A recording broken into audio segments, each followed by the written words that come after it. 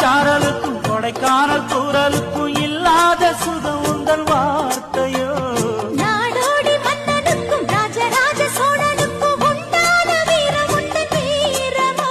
உன்னை முழுசாக முத்தமிட வேணும், உன்னை முழம் போட்டு அள்ளிக்கொள்ள வேணும். என் குல வாழைய இலை போடவா ஏதின்னும் தாமதம்.